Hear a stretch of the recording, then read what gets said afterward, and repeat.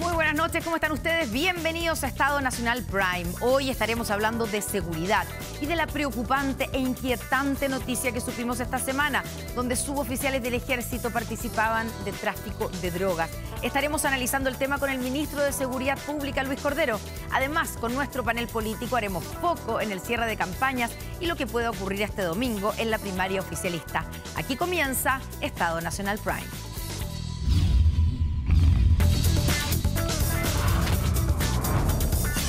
Estado Nacional. Bueno, ya lo habíamos anunciado, está con nosotros el ministro de Seguridad Pública, Luis Cordero. Ministro, gracias por estar con nosotros aquí en Estado Nacional Prime, en un día donde se llevó adelante la formalización de 7 suboficiales del Ejército. No eran 6, sino que 7 acusados de narcotráfico.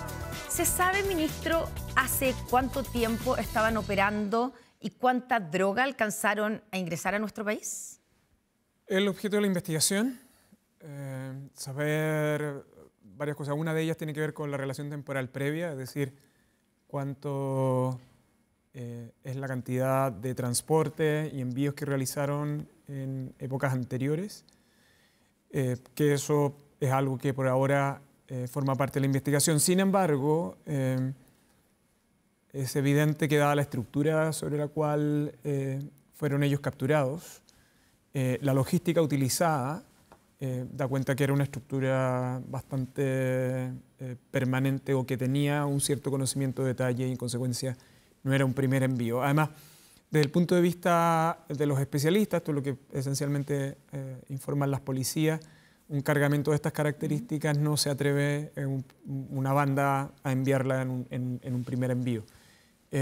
Y por lo tanto es altamente probable que hubiesen existido varios envíos anteriores por la estructura logística, por la cantidad de droga, y lo que queda por saber en ese ámbito es en cuánto periodo, cuál era la forma de contacto, quién los había contactado, cuál era la forma de financiamiento y cuál era el destino.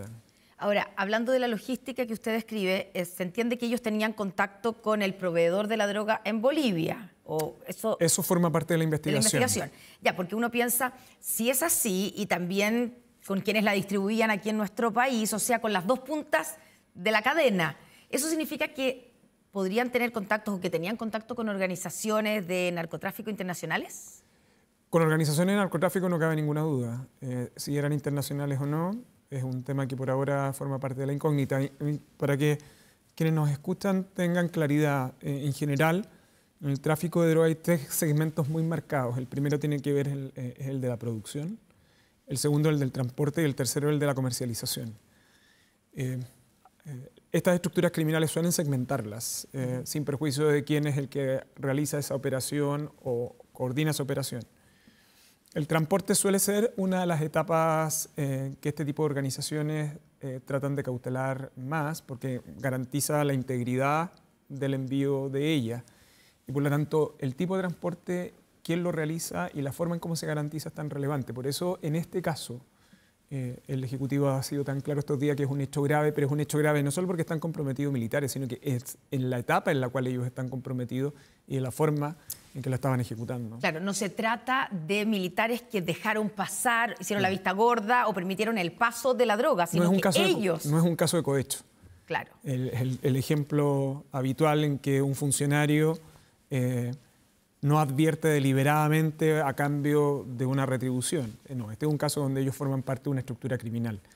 Y eso es lo grave. Es lo grave porque está inserto en un regimiento específico en el Ejército que además cumple labores en la frontera. Ya le voy a preguntar sobre eso, ministro, pero le vimos por lo menos en las imágenes que la droga que internaron tenía el sello de un delfín que corresponde o correspondería a un cartel mexicano. ¿Se sabe si eso es cierto, si ellos trabajaban con un cartel mexicano, si la droga venía de ahí? No, eso forma parte todavía de la investigación.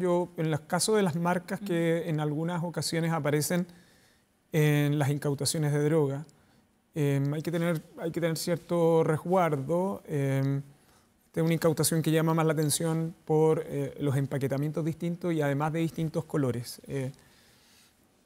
Los sellos tienen ciertas lógicas, pero por ahora no hay ningún antecedente que esos sellos estén vinculados a una estructura criminal internacional. por lo menos respecto a los antecedentes que el Ejecutivo tiene conocimiento ahora en lo que va de esta investigación. Ministro, esto surge, el hallazgo, digamos, y la investigación, el dato, ¿viene de una denuncia interna del Ejército o es la Fiscalía la que estaba investigando haciendo otras investigaciones, otros delitos y se encontraron con esto? No, esto está bastante acreditado que el origen de esto es una investigación interna del Ejército que tiene indicios respecto de determinado tipo de asuntos. En esa investigación interna hay elementos que al Ejército, por cierto, le parecen irregulares y los denuncia el Ministerio Público, y el Ministerio Público entonces dispone la intervención del OS7 de Carabineros, que es el que ha estado a cargo de la investigación. Ahora, si es más de una persona, aquí estamos hablando de 7, y que están organizados, ¿se puede hablar de una asociación ilícita? Completamente. Esto es, de hecho, una de los delitos por los cuales ellos fueron formalizados. ¿Y por qué una asociación? No solo porque no es simplemente una agrupación, sino que es una estructura que tiene roles muy definidos. Originalmente habían 6 personas detenidas. Sí. El séptimo fue detenido el día lunes en la noche. Hay una persona que es civil, que es cónyuge de uno de ellos, y hay otra persona que es un exfuncionario, un ex suboficial, que se encuentra prófugo. Ya, o sea, hay 7 detenidos y en prisión preventiva y formalizados, ¿cierto? Que son miembros de, digamos, o ya eran del Ejército. Hasta el día sábado, sí. Es que exactamente, hay un ex funcionario del Ejército que está prófugo y hay una mujer civil que también está formalizada y detenida. Y se encuentra en prisión preventiva, sí. Ministro, ¿el gobierno se va a querellar contra estas personas? Sí, el día de hoy nosotros hemos tenido una reunión de coordinación con la ministra de Defensa, también participó el ministro del Interior. La decisión del gobierno es querellarse en este caso. El gobierno ha calificado esto de la mayor gravedad desde el inicio y la decisión de la querella está vinculada a la ley de drogas y es una facultad que tiene el Ministerio de Seguridad Pública con ese fin, tal como lo ha señalado hoy día la ministra de Defensa luego de la reunión que nosotros tuvimos. Nos vamos a querellar precisamente por los delitos a los cuales está facultado el Ministerio de Seguridad. Ya, ¿y esos delitos son? En este caso es el caso de delitos vinculados a la ley de drogas. Ministro, usted ha dicho y lo acaba de repetir que esto es muy grave, que podría comprometer la seguridad pública en Chile. ¿Por qué es tan grave? Usted dijo incluso que probablemente es lo más grave que ha ocurrido en términos de seguridad en los últimos años. Sí, yo en esto quiero hacer una distinción. Hay hechos graves para la seguridad pública que pueden ser contingentes, ¿no? Es decir, usted puede tener días violentos o determinada conformación de intervención de algún tipo de organización criminal. Y usted tiene herramientas y las aborda de un modo determinado.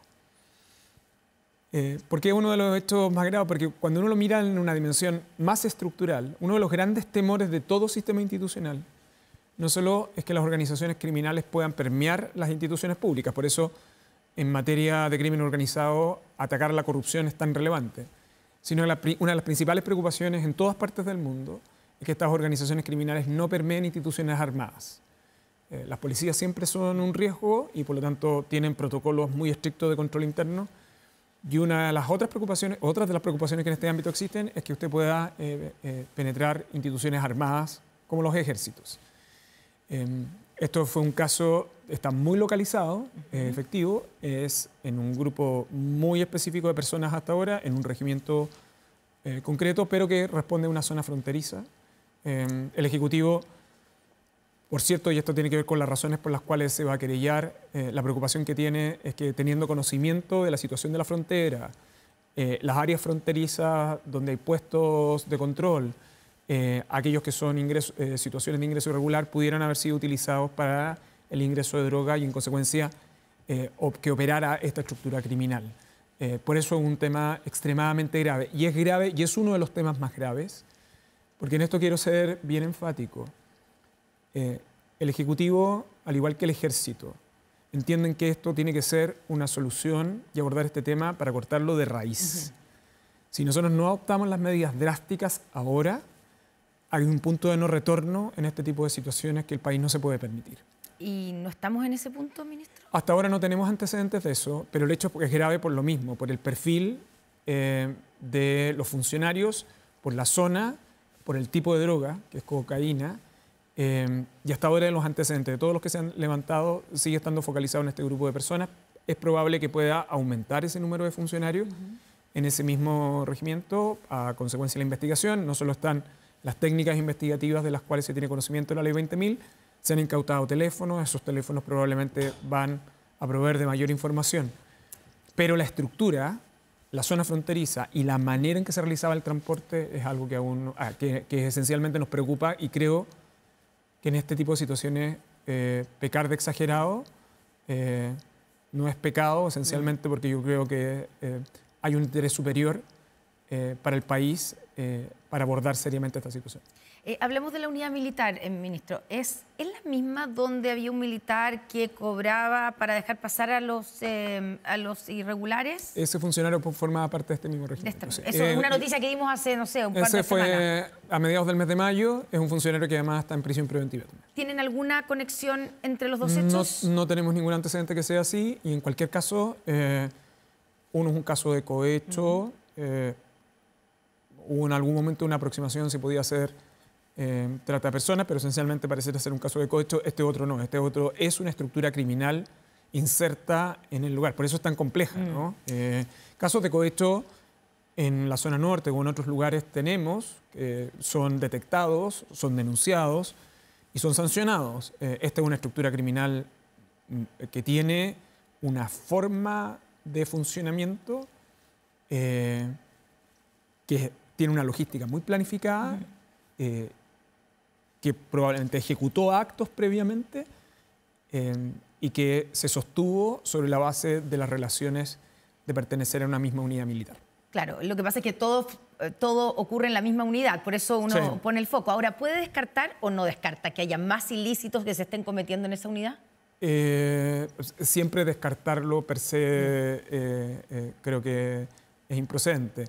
Por ahora, el Ejército, y esa es una de las razones por la cual la ministra de Defensa ha instruido expresamente al comandante en jefe del Ejército a viajar a la zona y a constituirse en dicho regimiento, tiene que ver además con hacer una evaluación más global sobre el funcionamiento del mismo. ¿Y qué supo, ministro, del diálogo precisamente de la ministra de Defensa con el comandante en jefe del Ejército? Es que era una reunión, la ministra del Piano ha sido muy clara sobre este tema. Era una reunión que estaba programada con anterioridad para abordar las medidas de seguridad sobre los recintos militares, producto de los robos de armamentos, pero además donde se trató este tema en específico. Luego, el contenido de la misma se hizo público, las instrucciones que recibió directamente de la ministra, el comandante en jefe, fueron muy claras y él entonces se ha trasladado a la zona norte para abordar directamente este asunto. Ministro, usted alcanzó a decir, digamos, por qué es importante cortar esto de raíz, ¿cierto? Ya hemos tenido narcos penetrando un municipio, carabineros, hay casos en la PDI, también en el Ministerio Público, hay un fiscal que fue removido recién en Rancagua, y ahora es la institución que resguarda la frontera norte de nuestro país. Así partió México, así partió Colombia. ¿Qué tan cerca de eso estamos? Nosotros estamos algo lejos de eso. Pero cuando usted tiene síntomas, tiene que abordarlos directamente. Está lleno de la literatura especializada en los casos de América Latina. Las situaciones de México, Brasil, Colombia, también tienen una lógica en cómo estaban diseñados los sistemas institucionales ahí. Por ejemplo, las Fuerzas Armadas manejaban ciertos niveles de autonomía que en el sistema institucional chileno no tienen, porque en Chile tienen un mando civil directo asociado. Hay una larga evaluación sobre la misma. Lo que sí está claro de todas las experiencias de América Latina es que uno tiene que evitar a toda costa que penetren organizaciones criminales en estas instituciones, y si han penetrado, cortarlas de raíz. Y por eso las intervenciones en dichas instituciones, aunque sean dolorosas, hay que hacerlas drásticamente. No podemos decir que las instituciones como el Ejército en este caso, hayan sido permeadas por estas organizaciones criminales. Nosotros no tenemos ningún antecedente para eso. Tenemos una situación focalizada en un regimiento en específico que es sensible porque es en una zona fronteriza, y en una zona fronteriza con un país que es productor de cocaína. O sea, yo creo que también en esto hay que ser bien transparente. Sí. Que tiene un modo de operar logístico que da cuenta que hay recursos asociados a eso.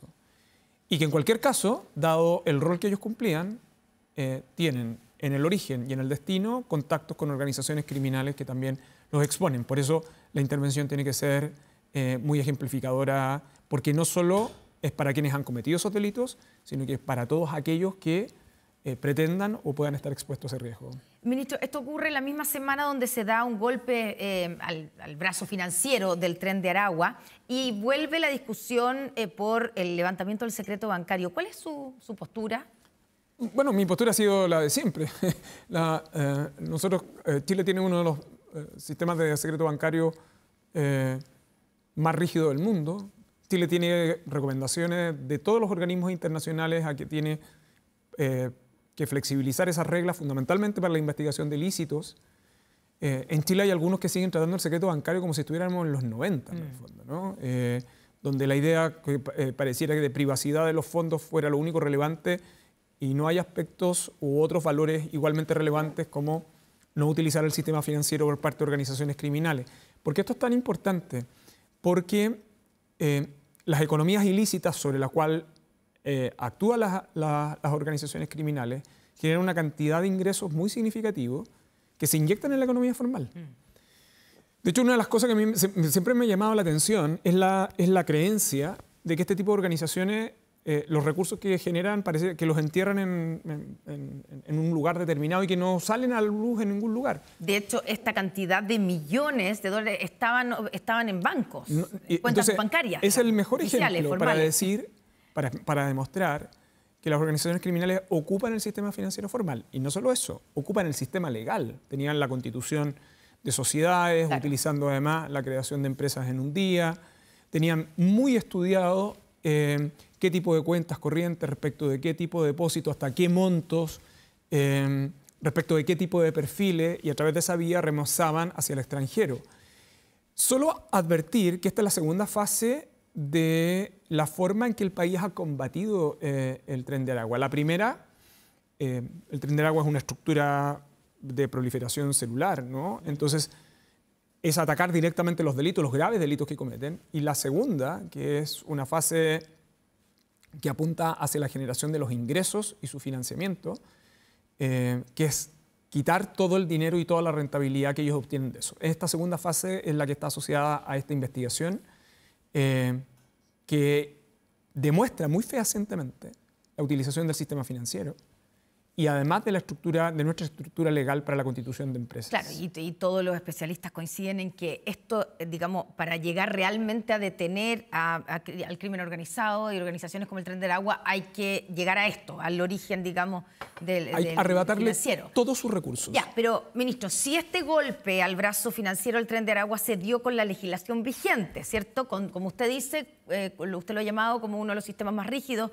del levantamiento de secreto bancario, que exige hoy día la autorización judicial para poder levantarlo, ¿por qué sería necesario modificar la ley? Su pregunta es muy interesante porque es bastante como intuitivamente lógica, ¿no? Porque lo que se juega en las investigaciones de estas características es la intervención oportuna. Y por lo tanto, lo que hace un sistema tan rígido como este es que tenga que cumplir una serie de estándares por una cantidad de tiempo donde ese tipo de organizaciones siguen operando y siguen obteniendo rentabilidad. Día que pasa es una rentabilidad muy grande. Lo que se pudo incautar acá son un poco más de 13 millones de dólares.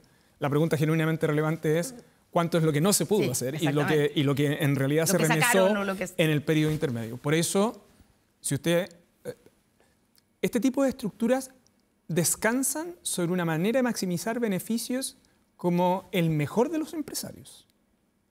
O sea, yo creo que en eso no hay que perderse un minuto. Y por lo tanto, un día de retraso en la persecución penal o en la adopción de medidas estatales en contra de ellos es un día de rentabilidad.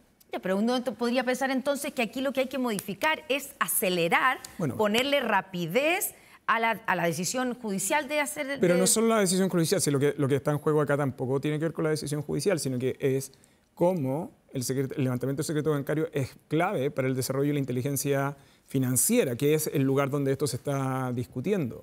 Pero yo creo que seguir descansando sobre una idea, que yo creo que es una mezcla entre, que no es de mala fe, ¿no? Entre ignorancia e inocencia, en el fondo, ¿no? ¿Pero qué le responde a quienes sostienen que si se aplica un levantamiento bastante más flexible y se le da mucho poder a un solo funcionario o a una sola institución, esa institución se puede convertir en un blanco de la corrupción? O sea, que esto se puede transformar en una herramienta de extorsión. A mí me sorprende eso, porque la respuesta... ¿Pero has escuchado ese argumento? Sí, no, he escuchado ese argumento y lo he escuchado hace muchos años, además. También he escuchado el argumento que es entregarle el poder a un funcionario para que pueda espiar políticamente las cuentas corrientes de los políticos. En fin, yo creo que cada año o cada debate sobre el secreto bancario hay un argumento más ingenioso. Yo diría, mire, concentrémonos en las recomendaciones de los organismos financieros especialistas, como Gafi, que ha hecho recomendaciones sistemáticas sobre este punto a Chile, al igual que la OCDE. Hay mecanismos, por cierto, cuando usted flexibiliza el secreto bancario, lo que tiene que hacer es generar mecanismos de contrapeso. Esos mecanismos de contrapeso trasladan responsabilidades. Entonces, yo creo que nosotros tenemos que abordar una situación que es un problema de actuación oportuna en este tipo de situaciones y hay mecanismos de control que permiten moderar o evitar aquellos riesgos que a ratos yo creo que se plantean de un modo caricaturesco, ¿no? Lo voy a decir en los siguientes términos. O Chile es una excepción en el mundo en esto, o derechamente el resto del mundo pareciera que se orienta en un sentido mucho más adecuado que la rígida posición en la que estamos nosotros. Yo creo que más bien es lo segundo. Y yo creo que si hay una de las cosas que el país ha demostrado es que en periodos complicados como comenzaron en el 2021, 2022, donde tuvimos una explosión de determinado tipo de delitos, donde este tipo de organizaciones irrumpió muy fuertemente, el país fue capaz de actualizar su legislación rápidamente, adecuó sus instituciones, las policiales y la de persecución penal, y ha obtenido en muy poco tiempo muy buenos resultados. Lo que tenemos que hacer hacia adelante es disuadir el funcionamiento de este tipo de organizaciones y sobre todo retirar todos sus beneficios. Y para eso necesitamos adecuaciones y una de las últimas que nos queda es la del secreto bancario. Ministro, va para los 3 meses en el cargo, ¿cierto? En este. Bueno, en este cargo, por supuesto, como ministro de Seguridad Pública, sí, porque recordemos que se dio el vamos al ministerio el 1 de abril. Y en ese momento usted dijo, el gobierno se compromete a seguir empeñado en reducir la tasa de homicidios. Sí. ¿Cómo le ha ido con su promesa? Las tasas... Lo que pasa es que, mire, hablar de homicidios siempre es complicado. Primero porque cada muerte violenta es una tragedia. Y sobre todo porque hay algunas que se dan en contextos que son muy disruptivos en los lugares donde se dan. Entonces, lo primero es que uno puede decir, mire, efectivamente, los números van mostrando una tasa, siguen mostrando una tasa de descenso, pero claro, en la medida que nosotros sigamos teniendo ese tipo de muertes violentas bajo determinadas características, las personas que están en torno a esos barrios van a decir, pero mire, yo he tenido un evento que es muy complejo. Entonces, y en esto quiero combinar con dos cosas. La primera, que tenemos que seguir abordando homicidios y muertes violentas de estas características, pero las intervenciones, tanto de las policías como del Ministerio Público, están obteniendo resultados. Más o menos, si uno mira las cifras, nosotros ya vamos a terminar el primer semestre, pero en relación al año pasado, la reducción de homicidio debe estar en torno al 12 al 14% menos. Nosotros tenemos en 25 comunas más del 50% de los homicidios. Hay 16 de esas comunas que han tenido un leve aumento y por lo tanto estos datos, ¿por qué son importantes? Porque permiten hacer focalización en la intervención de las policías. No son comunas completas, son barrios determinados que son muy resistentes a determinado tipo de conflictos. Esas 16 comunas donde ha aumentado, ¿son de la región metropolitana? Hay algunas que son de la región metropolitana. Está, por ejemplo, el caso de Concepción, que hoy día tuvieron allá un homicidio, también le dispararon en la calle a una persona y es el 9º homicidio en lo que va del mes en el Gran Concepción. Pero ahí, este es un buen ejemplo donde el énfasis está en la muerte específica del caso, pero los números, pese a que tiene esos números, se están manifestando de un modo menor al del año pasado. Pero el problema es que, y este es el otro caso, que es el otro tema que es relevante. Hay veces que ponemos demasiado, hay un énfasis en números y hay otro énfasis que tiene que ver con tipo de muertes violentas. Claro. Nosotros se han ido parametrizando, por ejemplo, los horarios.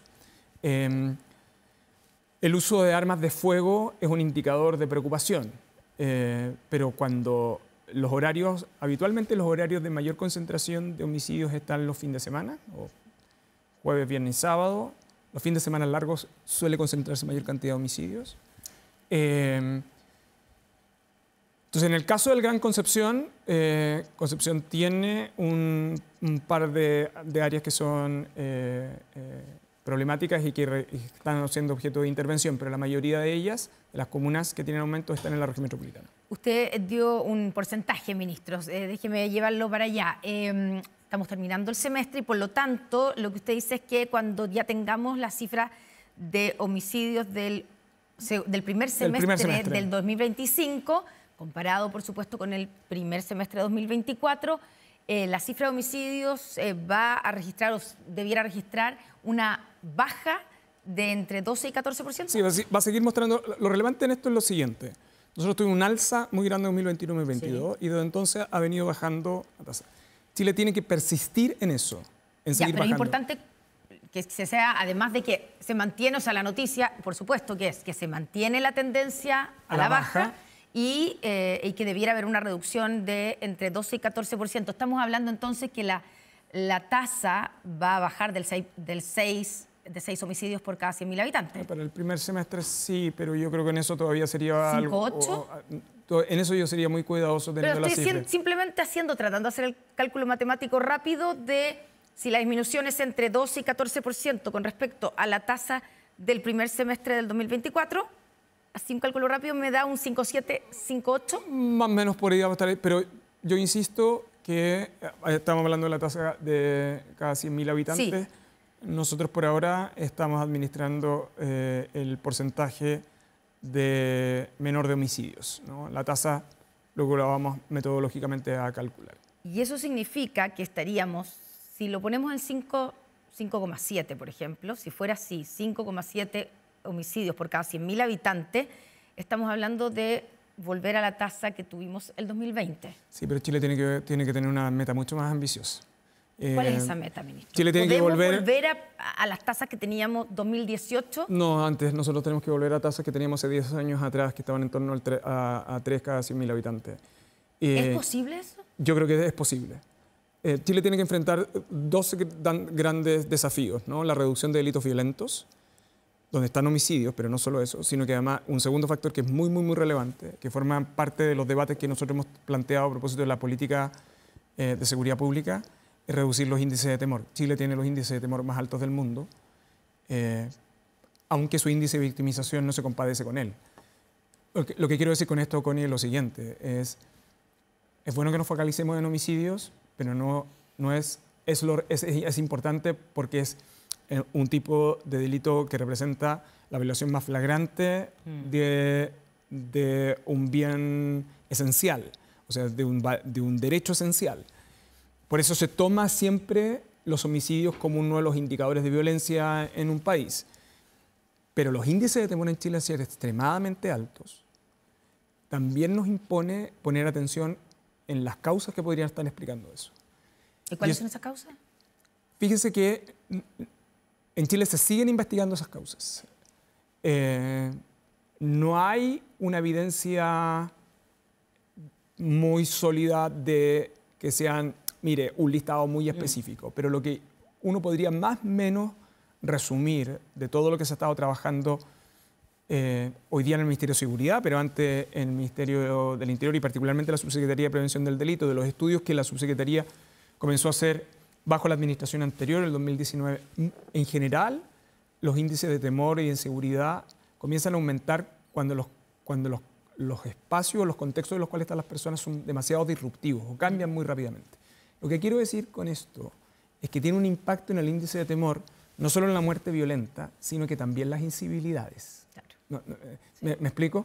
Es decir, el hecho de que un barrio cambie muy sustancialmente o que tenga un impacto muy disruptivo solo por incivilidades tiene un impacto en el índice de temor de las personas muy relevante. Por eso no solo importa los disparos al aire, los fuegos artificiales, pero también los microbasurales o algo que alguien podría considerar que es irrelevante, pero que es muy importante en este ámbito.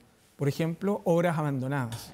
Cuando usted tiene una obra pública abandonada, cuando tiene una vivienda abandonada, esos son lugares que terminan degradándose, terminan siendo utilizadas por personas en situación de calle, son lugares que no tienen condiciones situacionales, por ejemplo, no tienen iluminación, se transforman en lugar de incivilidades, luego de delitos, cambian los entornos de un barrio y eso simplemente por el hecho de no hacerse cargo oportunamente de una obra interrumpida, por ejemplo. Ministro Luis Cordero, muchas gracias por estar con nosotros. No, por favor. En Estado Nacional.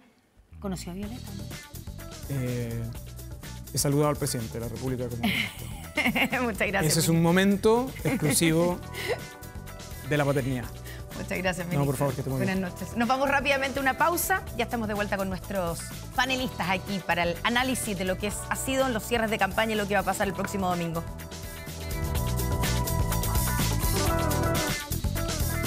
Ya estamos de vuelta aquí en Estado Nacional Prime con nuestro panel político, nuestros invitados, Osvaldo Andrade, exministro, Gonzalo Miller, analista político y académico de la UDD. Bienvenidos a los dos, ¿cómo están?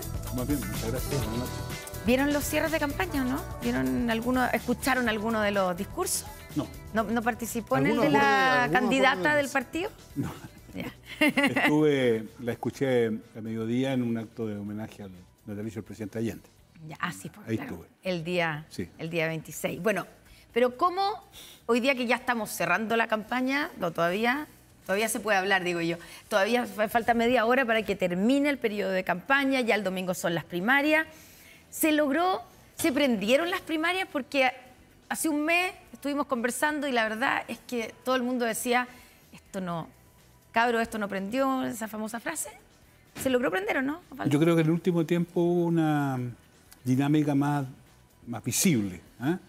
Ahora, a costa de las diferencias y de los enfrentamientos, ¿o no? Bueno, a eso se le ha dado mucho hincapié, pero ha habido una motivación mayor para ver. La gente se ha preocupado saber dónde tiene que votar, no es casual la cifra de interesados en eso. Está por verse esto, se hace muy difícil hacer vaticinios y se hace muy difícil hacer apreciaciones muy categóricas porque hay un margen de incertidumbre, son voluntarias y hay un universo de gente que no sabemos, nadie podrá decir cuánta gente va a votar en serio, digamos. Entonces... Pero el dato, para que la gente de su casa sepa, es el dato de preguntas, ¿cierto? En el sitio del CERVEL, que habla de más o menos eran como 8 millones. Casi 8 millones de consultas.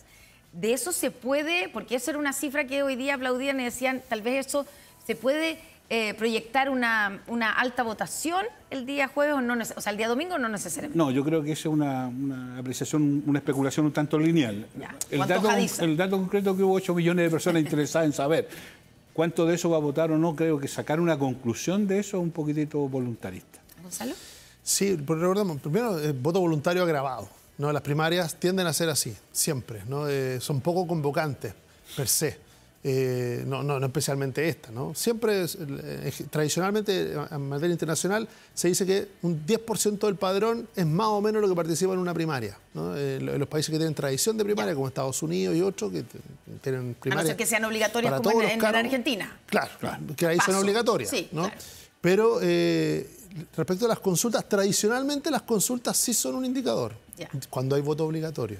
Como aquí el voto es voluntario, no nos sirve tanto. Lo que sí es obligatorio, recordemos, es que si usted era llamado vocal, estaba obligado a presentarse. Se puede ser pura gente que estaba consultando si iba a ser vocal. Mucha gente tuvo que consultar si era vocal o no, porque eso sí era obligatorio, ¿no? Pero la votación, yo creo que yo de lo que he escuchado, ¿no? De los más optimistas hablan de 2 millones, pero que hay algunos que dicen que si va a votar más de 1 millón, estarían conformes en la izquierda. Yo creo que 1 millón me parece un poco poner la vara un poco bajo. Si uno lo compara también con voto voluntario, la anterior primaria, 2021, con pandemia, votaron 1.700.000 personas.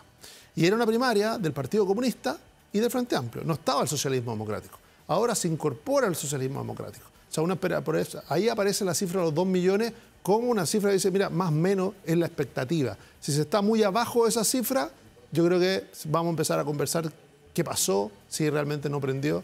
Si se está por sobre esa cifra o por esa cifra, yo creo que van a estar más o menos en una primaria competitiva y con una participación razonable. ¿Tú coincides, Osvaldo, que si 2 millones es una cifra buena versus 1 millón que algunos dicen si van a votar 1 millón es un fracaso? Yo creo que la peor manera de enfrentar estas cosas es cuando uno mismo se autoinflige derrota. Entonces, poner esa cifra me pareció un despropósito.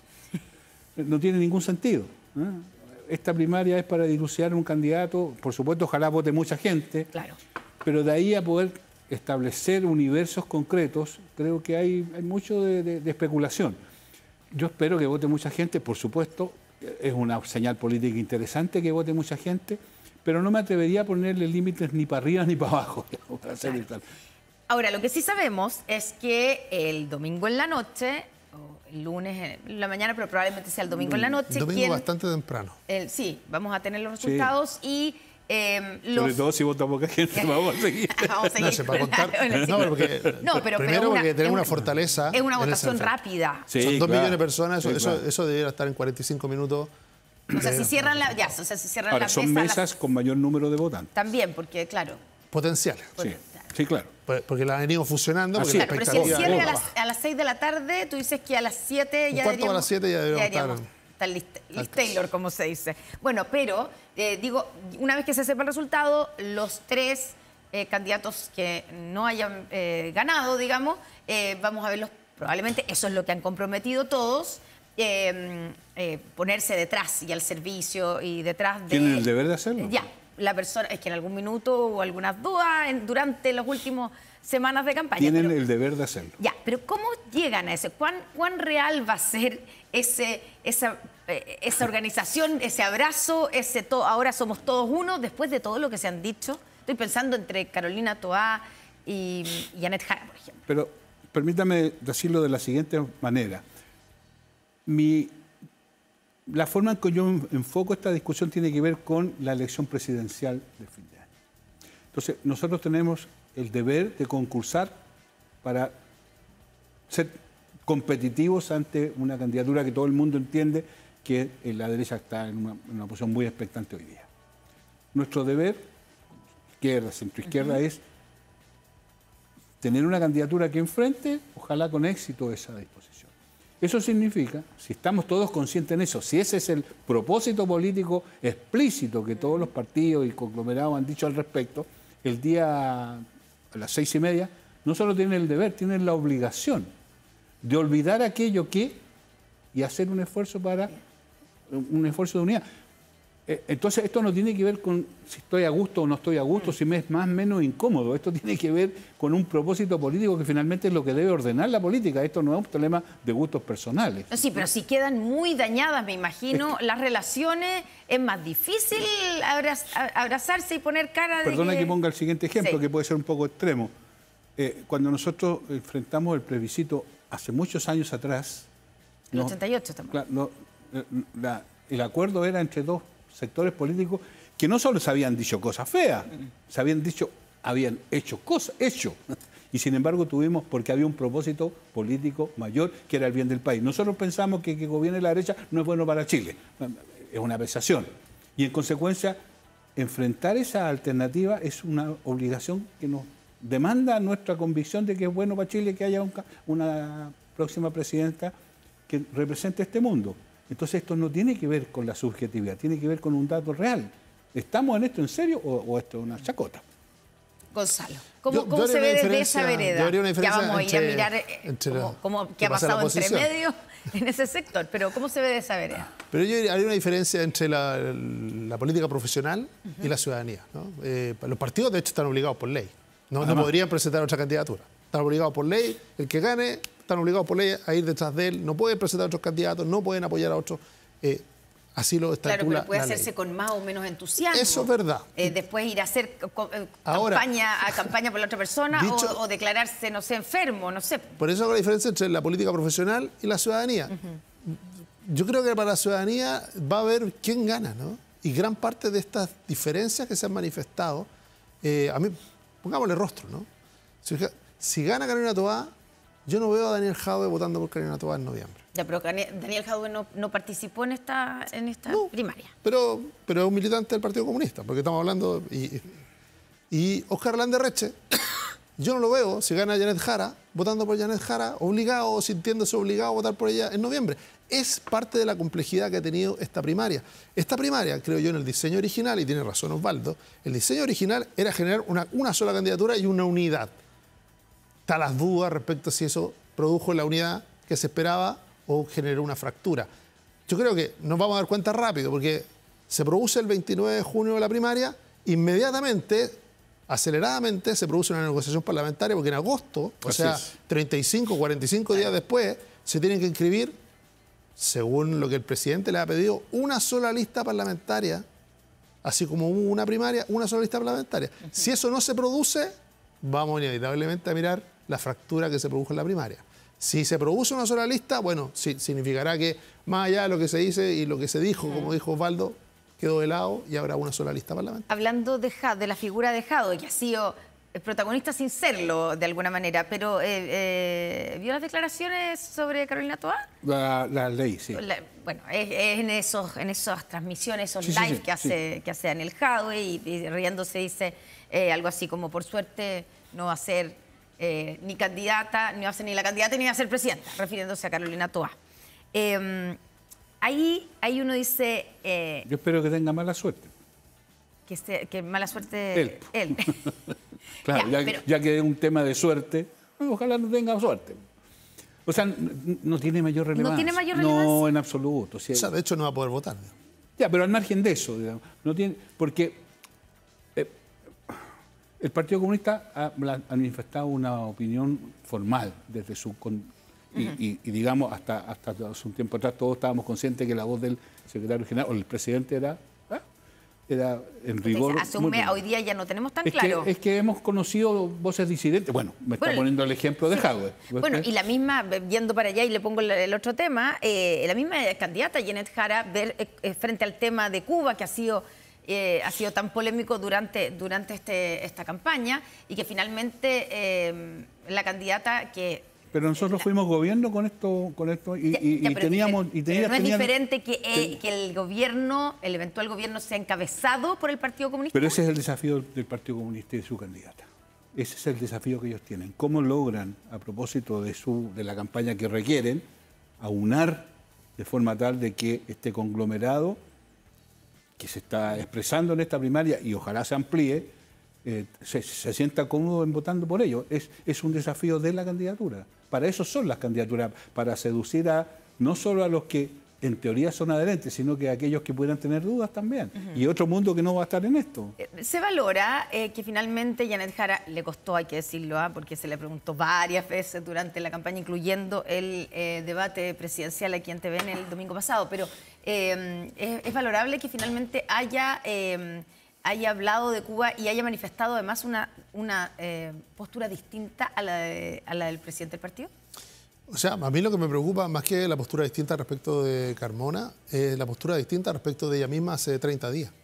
Hace 30 días dijo una cosa y hoy día dijo absolutamente algo distinto. Dijo que era una democracia diferente y yo he escuchado a algunos decir que se equivocó de palabra, que lo que era una... Está bien. Pero ahí yo creo que lo que hay que explicar... Un sistema diferente. Lo que hay que explicar es que lo que ella misma dijo hace 30 días no se condice con lo que está diciendo hoy día. Yo creo que hace 30 días ella miraba la primaria de una manera, hoy día la está mirando de una manera distinta. O sea, en la connotación electoral. ¿Por qué este tema es importante? No solo porque es un tema importante respecto a los derechos humanos, la mirada internacional, es porque quien sea presidente de Chile conduce las relaciones internacionales de Chile. Y la actitud que tenga nuestro país, por ejemplo, respecto del presidente Gabriel Boric, él fue muy explícito y marcó las diferencias, incluso con su propio mundo, respecto de Cuba, respecto de Nicaragua, respecto de Venezuela. Y hay dudas respecto de que si su sucesora con el liderazgo de la izquierda fuera Janet Jara, eso seguiría la misma línea del presidente Boric o habría un retroceso hacia las posiciones más tradicionales del Partido Comunista. Yo creo que por eso, a pesar de que la pregunta la incomoda, y me lo han preguntado tantas veces, bueno, no me he encontrado que no responde lo mismo. Pero ahora lo contestó. Y en lo segundo... Hay que reconocerle eso. Sí, vamos a ver qué pasa con Janet Jara en 30 días más. Ahora... Bueno, pero para eso están las coaliciones y los compromisos de las coaliciones. ¿Sí? No hay ningún presidente que pueda, o presidenta, que pueda hacer las cosas por sí solo, cuando es producto de una coalición. La candidata Maidei dijo... poco tiempo atrás dijo que los muertos necesarios. Yo entiendo que en su coalición, en quienes la respaldan, esto les pareció que era una muy mala frase, tanto así que no la ha repetido. O sea, los candidatos no se mandan solos. Y es una de las virtudes de la democracia, además, porque si no serían caudillos. Yo espero, confío, que quien emane de la primaria del día domingo no sea un caudillo o una caudilla. Y si ganara Janet Jara el próximo domingo, pongámonos en ese escenario, ¿sería un fracaso para el socialismo democrático? ¿Cómo queda el socialismo democrático? Bueno, siempre que se pierde una elección, evidentemente hay un fracaso. Pero hay fracasos más estruendosos o más duros que otros. Pero no me importa el ruido. Lo que digo es que claro, obviamente es un fracaso. A nosotros nos parece que es más competitiva para una candidatura de la derecha nuestra candidata, Carolina Toá. A nosotros tenemos ¿Usted cree esa que Carolina convicción. Toá tiene una Creo que es más posibilidad de competitiva. ganarle a este lado versus Janet Jara? Perdón, lo que no significa que con esto haga un veto respecto de otras candidaturas, las otras tres. Lo que digo es que... No es anticomunismo lo que usted está tratando de explicar. Oiga, los socialistas fuimos quienes propiciamos en Chile el término de la exclusión del Partido Comunista. Los socialistas. Entonces, por favor, es una afirmación gratuita la que se nos hace. Entonces, lo que quiero transmitir es que si nosotros pensamos que nuestra candidata está en mejores condiciones de enfrentar a la candidatura de la derecha o las candidaturas de la derecha, y no logramos ese propósito, naturalmente queda un fracaso. Evidente, si en esto no se trata de hacer una exposición de palabras fuertes, lo es. Y bueno, habrá que hacerse cargo de eso. Habrá tiempo de evaluarlo, pero por de pronto, el día lunes, hay que ponerse detrás de la candidata que gane. Ese es el compromiso. Oiga, vamos a ir a este lado ya, pero hoy día el PC, el Partido Socialista, el Partido Comunista y el Frente Amplio conmemoraron el natalicio de Salvador Allende, pero todos por separado. Sí. Eso no era una... ¿Dónde está la señal de unidad ahí? Si están conmemorando lo mismo, ¿no? Pero, ¿y por qué tiene que ser una señal de ¿No? falta de unidad? Se lo pregunto. Cada uno quiere expresar su forma de... Su diferencia. Estamos en la época claro, de la si estamos en la época de la Y diferenciación. la única candidata que llegó es Carolina Toá. Entiendo que sí. Yo alcancé a ver a Lautaro en la antesala de la presentación que hizo el socialismo democrático. Pero a mí de verdad, estamos en un momento en que lo que hay que mostrar son las diferencias, porque eso son lo que la gente tiene que percibir. Entonces, las señales de unidad un poquitito artificiales.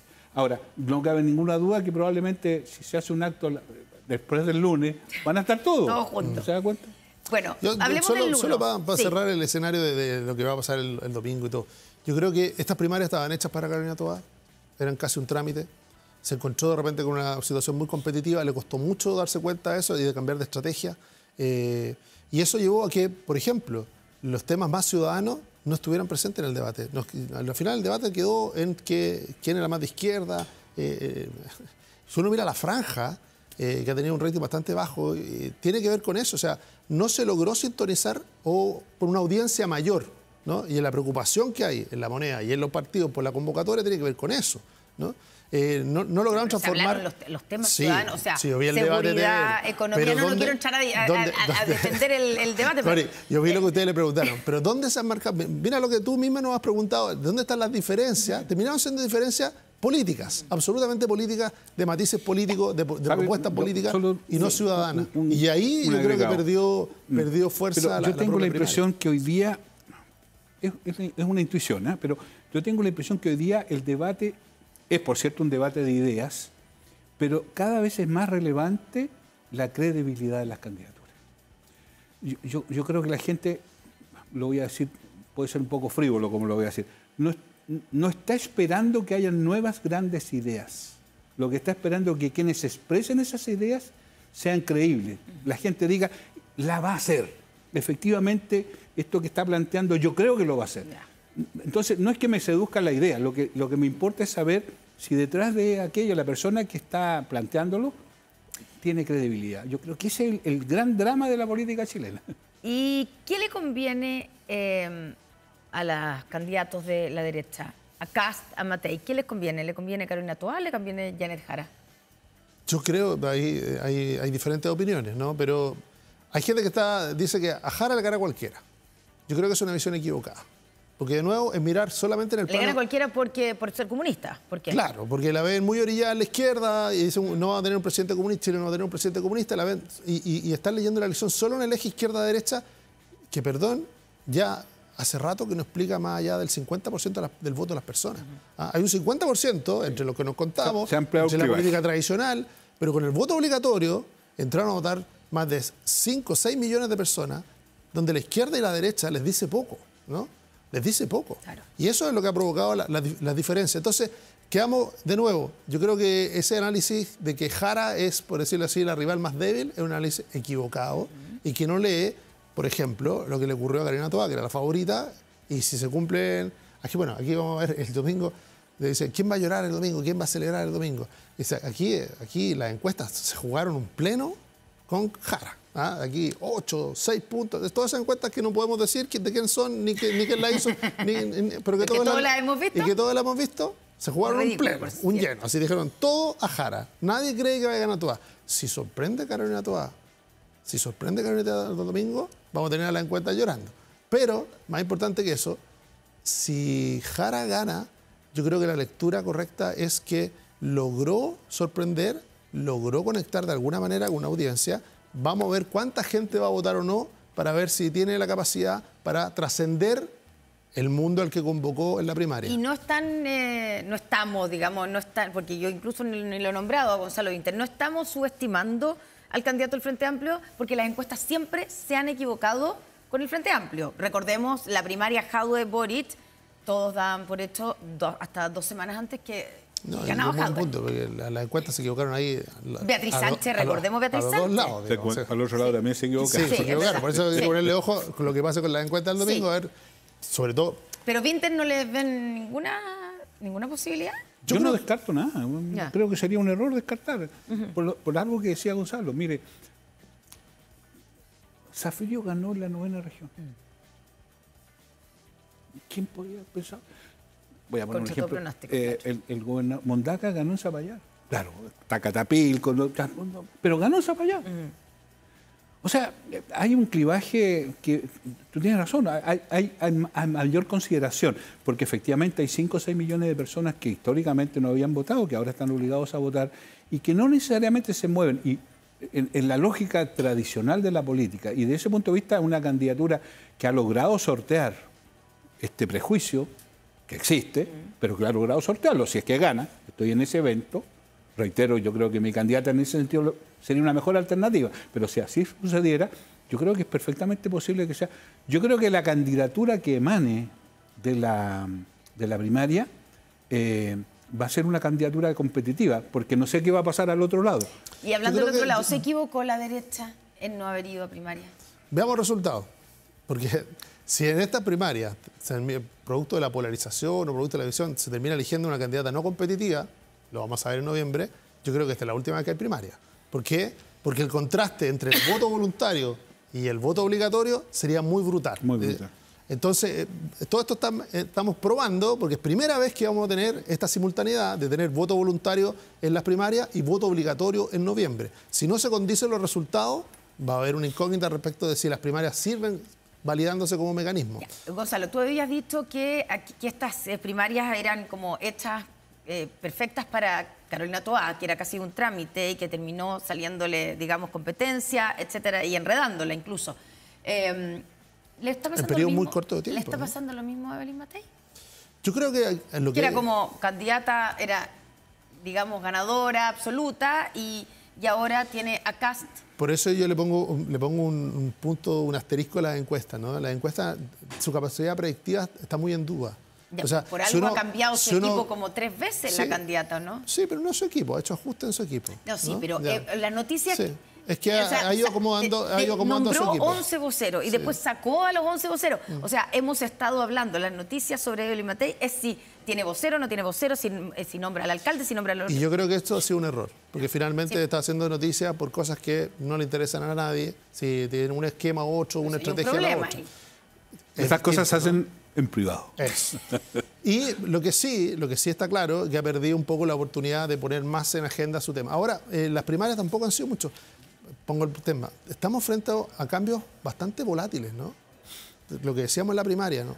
Janet Jara iba a participar de la primaria, Carolina Toá era un trámite. No, parece que no va a resultar así. Hace 45 días atrás, las encuestadoras nos decían que José Antonio Kast era parte del pasado ya, ¿no? Y Johannes Kaiser era la novedad. Y que Kaiser era la novedad y el futuro y que era imparable. Y la única duda era si iba a competir o no con Evelyn Matei. Y hoy día Johannes Kaiser, la duda está si se inscribe o no se inscribe en agosto. ¿no? Entonces, estamos viviendo una época muy veleidosa donde la lealtad, en la lógica de la construcción antigua de la política, ¿no? Esa lealtad de los electores que seguían a los candidatos, pase lo que pase, a los partidos, pase lo que pase, ya no existe. Y hoy día estamos frente a un electorado que se mueve mucho, donde la última semana cambian los resultados de las primarias y la última semana cambian los resultados de las elecciones. Entonces, de nuevo, a no mirar en menos, a no minimizar pero Gonzalo, el efecto que tiene ese electorado. Habría sido interesante la primaria en la derecha y haber visto a los 3 candidatos y eventualmente otros. Bueno, en esta primaria no querían participar ni Kaiser ni Kast, pero habría sido interesante escuchar, porque los debates, al margen del mayor o menor interés que la ciudadanía le pueda dar, es interesante escuchar las candidaturas, planteándose ante el país, escuchándolo. Hace bien para el sistema, ¿eh? Al margen del efecto resultados. ¿Eh? Y además, si hubieran logrado capturar a alguno de los otros, habría sido extraordinariamente. Ver un debate Matéis, Kaiser, Kast, por lo menos habría sido interesante y pintoresco al menos. No, y en eso estamos de acuerdo. Yo creo que si hubiera habido una primaria, porque las primarias los partidos transfieren a la ciudadanía la decisión de quién va a ser el candidato. Pero para eso tienen que competir todos los candidatos. No, sin duda. Claro. Y todos los tiene que ser de verdad y tiene que ser de verdad. competitiva. Por eso digo que habría sido de la derecha, no le adjudico responsabilidad. Bueno, se nos acabó el tiempo, podríamos seguir conversando. Por ejemplo, si la DC si gana Janet Jara... Bueno, la DC no tiene el compromiso que tienen los otros partidos respecto a la podrían ahí estar sacando una carta. Por eso digo bajo que la manga. el desafío para quien gane la primaria es muy grande. Y se tiene que notar desde el día siguiente. Vamos a ver qué pasa con los candidatos de la derecha, cómo se apean, como se dice en el campo, nuevo escenario. en este nuevo escenario a partir del lunes. Bueno, todo eso lo vamos a saber el día domingo o a partir del día domingo, donde los queremos dejar invitadísimos, porque tenemos cobertura de primarias a partir de las 8 de la mañana. Aquí vamos a tener los resultados, el análisis y todo. Así es que, Gonzalo Miller, Osvaldo Andrade, muchas gracias por acompañarnos esta noche. Muchas gracias a ustedes y nos vemos el domingo a partir de las 8 de la mañana por TVN. Buenas noches. Buenas.